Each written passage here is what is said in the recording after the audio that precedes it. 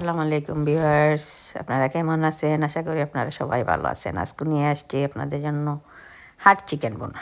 হাট চিকেন আমি এখানে তেল দিছি পরিমাণ মতো, দিয়ে এটার মধ্যে পেঁয়াজ কুচি দেব, তারপরে রসুন বাটা দেব, আদা বাটা দেব, লবণ দেব, পাঁচফোড়ন দেব, দিয়ে তারপরে চিকেনগুলো ছেড়ে দেব।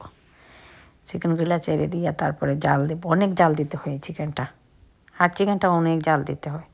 খেয়ে খান, হাট চিকেন খেয়ে ভালো পান কমেন্ট করেন প্লিজ। আমি এটা ভালো পাই, বাট আমি রান্না করি না, এটা সময় লাগে, মানে 2 ঘন্টার মতো এটা জাল দিতে হয়, গরুর মাংসের মতো। এটা আমি মাঝে মধ্যে হঠাৎ খাই। অনেক মানে রাঁধতে সময় লাগে বেশি, আর চিকেনটা অনেক মজা লাগে। এই চিকেনটা, হাট চিকেনটা আমাদের দেশে যে বাড়ির মুরগ পালতো আগে, আমরা আগে অনেক তো, এখন তো মানুষের বাড়িতে মুরগ পালেই না, সবাই কিনে খায় বিদেশের মতো।